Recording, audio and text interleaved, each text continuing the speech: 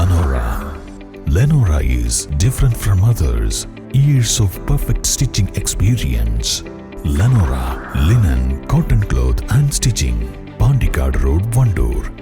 വേനലാവധിക്കാല നീന്തൽ പരിശീലന ക്യാമ്പിന് ചുങ്കത്രയിൽ തുടക്കമായി. ജില്ലാ സ്പോർട്സ് കൗൺസിലിന്റെ നേതൃത്വത്തിൽ പാലുണ്ട സ്വകാര്യ ഇംഗ്ലീഷ് സ്കൂളിലാണ് ക്യാമ്പ് നടക്കുന്നത്. School administrator father Varghese Mathew camp ഉദ്ഘാടനം ചെയ്തു.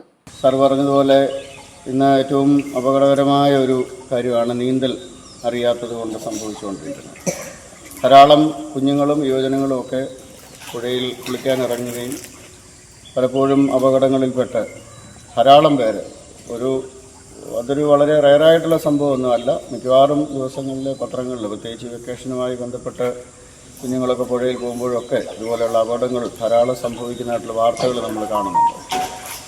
മാത്രമല്ല ഈ നാളുകളിലൊക്കെ ഈ വെള്ളപ്പൊക്കത്തിൻ്റെതായ ഒത്തിരി പ്രയാസങ്ങൾ നമ്മുടെ നാട് നേരിടുന്നുണ്ട്. കഴിഞ്ഞ വർഷങ്ങളൊക്കെ ഒത്തിരി അതുകൊണ്ടുള്ള പ്രയാസങ്ങളുണ്ടായിരുന്നു.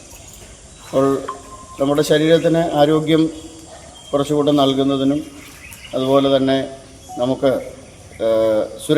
ജീവൻ സുരക്ഷ എന്നുള്ള രീതിയിലുമൊക്കെ നീന്തൽ വളരെയധികം നല്ലൊരു കാര്യമാണ്.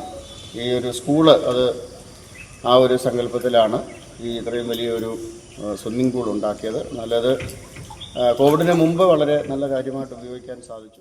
മെയ് 31 വരെ നീണ്ടു നിൽക്കുന്ന ക്യാമ്പിൽ എല്ലാ ദിവസവും രാവിലെ 6-ന് നീന്തൽ പരിശീലനം ആരംഭിക്കും.